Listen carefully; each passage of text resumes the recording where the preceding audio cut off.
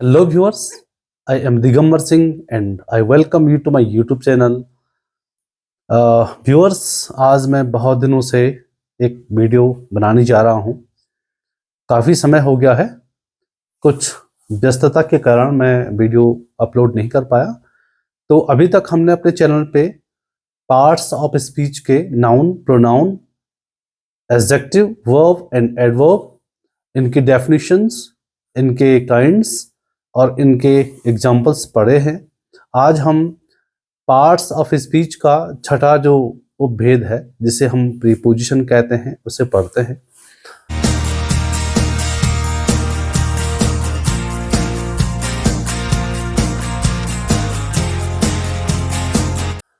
जरा प्रीपोजिशन की डेफिनेशन देख लेते हैं।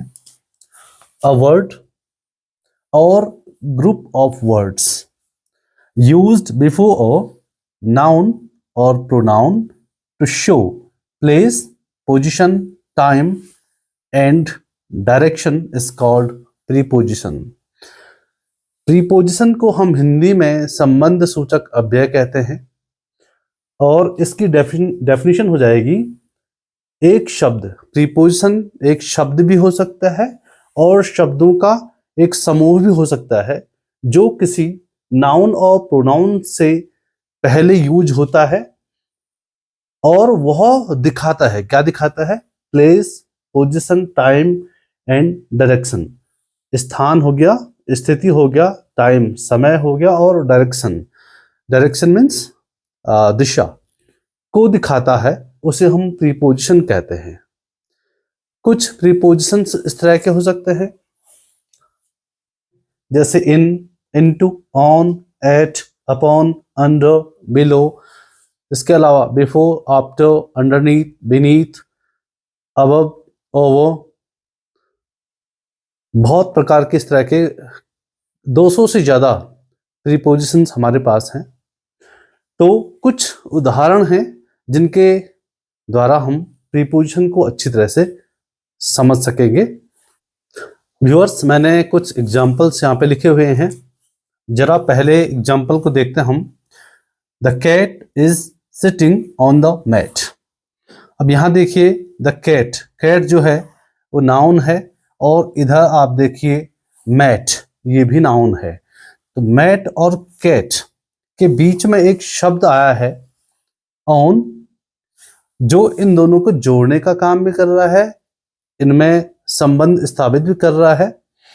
तो ऑन जो है ये पोजीशन को बता रहा है, तो ऑन यहाँ पे प्रीपोजिशन हो जाएगा। दूसरे एग्जाम्पल में देखते हैं हम। Harish jumped into the pond. Pond noun है और हरीश भी नाउन है। इस नाउन से पहले एक शब्द इनटू आया है जो इस पॉन्ड का संबंध हरीश से बता रहा है। तो ये जो इनटू है ये क्या हो जाएगा? प्रीपोजिशन कहलाएगा। तीसरा है Dinesh came here eight 6 AM। Dinesh noun है और जो टाइम है एट, एट क्या कर रहा है? टाइम को शो कर रहा है, एट 6 AM। तो यहाँ पे एट जो है वो प्रीपोजिशन है। लास्ट एग्जाम्पल में देखते हैं। Ravi is coming towards us. Us यहाँ पे प्रोनाउन है और इससे ठीक पहले एक शब्द आया है टुवर्ड्स। तो अस से पहले टुवर्ड्स एक शब्द आया है जो एक डायरेक्शन को शो कर रहा है और वह नाउन का संबंध अस से स्थापित कर रहा है। तो इन चारों सेंटेंसेस में, पहले सेंटेंस में ऑन, दूसरे में इनटू, तीसरे में एट और चौथे में टुवर्ड्स, ये जो शब्द हैं ये ही प्रीपोजिशंस हैं। व्यूअर्स, इससे पहले मैंने प्रीपोजिशन की डेफिनेशन और उसके कुछ एग्जांपल्स आपको बताए। अभी हम काइंड्स ऑफ प्रीपोजिशन की बात करते हैं। तो ये प्रीपोजिशंस अलग अलग ग्रामरियन ने अलग अलग प्रकार में कोई फिक्स्ड इसके काइंड्स नहीं बताए हैं। अगर हम सभी काइंड्स को देखें तो ये जो 5 काइंड्स हैं उनमें सारे काइंड्स आ जाएंगे। आप इनको भी यदि अच्छी तरह से देखें तो सारे काइंड्स इसमें समाहित हैं। तो पहला जो काइंड्स है वो है प्रीपोजिशंस ऑफ टाइम, दूसरा है प्रीपोजिशंस ऑफ प्लेस, तीसरा है प्रीपोजिशंस ऑफ डायरेक्शन, चौथा है कंपाउंड प्रीपोजिशंस और पांचवा है फिक्स्ड प्रीपोजिशंस। तो इनको हम एक एक करके पढ़ते हैं ताकि जब हम एग्जाम्पल दिखा रहे होंगे तो आपको ये जो प्रीपोजिशंस हैं वो अच्छी तरह से याद हो जाएंगे। वेल व्यूअर्स, अभी मैंने यहाँ पे एक काइंड लिखा है जो प्रीपोजिशंस ऑफ टाइम है। इसको हम जरा देखते हैं। It is used to show when something is happening. जब कुछ घट रहा होता है तो हम इस प्रीपोजिशन का यूज कर रहे होते हैं। जैसे ये क्या क्या होंगे? In, on, at, after, before, until, during, बहुत सारे हैं जो प्रीपोजिशंस ऑफ टाइम के अंतर्गत आते हैं। एक दो एग्जाम्पल देखते हैं हम। We will be going to Agra on Saturday. हम शनिवार को आगरा जा रहे होंगे। तो यहां देखिए जो ये ऑन है ये समय को यहाँ पे शो कर रहा है और समय से ठीक पहले आया है। सैटरडे नाउन है, उससे ठीक पहले आया है, तो ये प्रीपोजिशन हो जाएगा। और प्रीपोजिशन कौन सा होगा? Prepositions of time. दूसरा, can you come after some time? क्या आप कुछ समय बाद आ सकते हो? तो टाइम और सम से पहले एक शब्द आया है आफ्टर, ये समय का बोध करा रहा है, ये भी प्रीपोजिशन है। और लास्ट वाला देखिए, wait here until I come. I pronoun है और उसके ठीक पहले अंटिल आया है, सॉरी अंटिल है, अंटिल। तो अंटिल जो है वो प्रोनाउन से पहले आकर समय का बोध करा रहा है, तो इसे भी हम क्या कहेंगे? प्रीपोजिशंस ऑफ टाइम कहेंगे। व्यूअर्स, दूसरे काइंड को देखते हैं हम, जो प्रीपोजिशंस ऑफ प्लेस है। इसका अर्थ ये हुआ कि ये इंडिकेट करता है द प्लेस और पोजिशन ऑफ समथिंग, किसी चीज की ये का ये स्थान या उसकी स्थिति का बोध कराता है। कुछ प्रीपोजिशंस ऑफ प्लेस के उदाहरण ये हैं: on, behind, over, under, below. और इसके अगर हम सेंटेंस के अनुसार देखें तो इसमें 2 सेंटेंसेस मैंने यहाँ पे लिखे हुए हैं।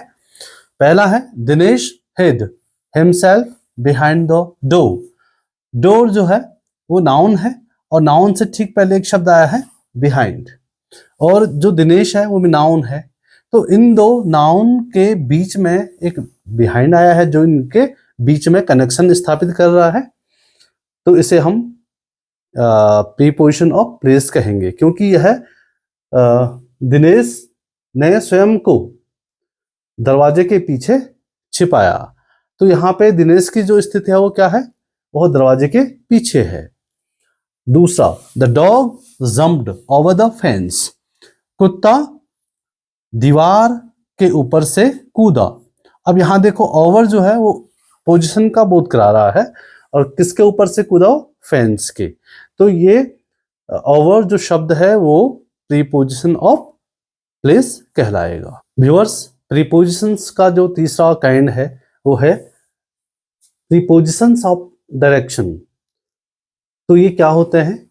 Used to denote the direction in which something travels और मूव्स। ये क्या करता है? दिशा का बोध कराता है जिसमें कोई चीज या तो ट्रेवल कर रही होती है या तो मूव कर रही होती है। तो ये कुछ शब्द होंगे जो प्रीपोजिशंस ऑफ डायरेक्शन कहलाएंगे, जैसे towards, into, to, from, across. इसके कुछ एग्जाम्पल यहाँ पे मैंने लिखे हुए हैं। यहाँ पे 2 एग्जाम्पल हैं। पहला है, the dog rain towards his master the moment it saw him. कुत्ता अपने मालिक की ओर दौड़ा जिस क्षण उसने मीन्स कुत्ते ने, सॉ हिम मीन्स मास्टर किराया है, उसे देखा। तो यहां देखिए जो ये कुत्ता है, डॉग है, ये नाउन है और मास्टर भी नाउन है, और उसके ठीक पहले एक शब्द आया है टुवर्ड्स, जो डायरेक्शन का बोध भी करा रहा है, तो इसलिए इसे हम प्रीपोजिशन ऑफ डायरेक्शन कहेंगे। दूसरे सेंटेंस में देखिए, when will you go to Delhi, Delhi noun है, उसके ठीक पहले एक शब्द है टू, ये मूव होने का बोध करा रहा है। व्हेन विल यू जो है वो प्रोनाउन है, तो प्रोनाउन और नाउन के बीच में एक शब्द है टू, जो मूवमेंट का बोध करा रहा है। तो ऐसे जो शब्द होते हैं जो ट्रेवल या मूवमेंट का बोध कराते हैं, उसे हम किसी और टू, ये दोनों ऐसे शब्द हैं जो डायरेक्शन का बोध कराते हैं, इसलिए इनको प्रीपोजिशंस ऑफ डायरेक्शन कहा जाता है। व्यूअर्स, प्रीपोजिशंस के काइंड में हम चौथा काइंड पढ़ते हैं, और जिसका नाम है कंपाउंड प्रीपोजिशंस। आपने कंपाउंड नाउन पढ़े होंगे, जैसे daughter in law, mother in law, इस तरह के, या मेड सर्वेंट, ऐसा पढ़ा होगा आपने। तो जब दो या दो से अधिक शब्द आकर आपस में मिलते हैं और एक प्रीपोजिशंस का निर्माण करते हैं, उन्हें हम कंपाउंड प्रीपोजिशंस कहते हैं। यहां लिखा भी गया है, prepositions along with other words और टर्म्स आर कंबाइंड, जब वो जुड़ते हैं टू फॉर्म, और बनाते हैं क्या, कंपाउंड प्रीपोजिशंस। ये क्या है, ये कौन कौन होते हैं, बहुत सारे हैं, वैसे मैंने कुछ ही लिखे हैं। On behalf of, according to, in front of, in place of, instead of.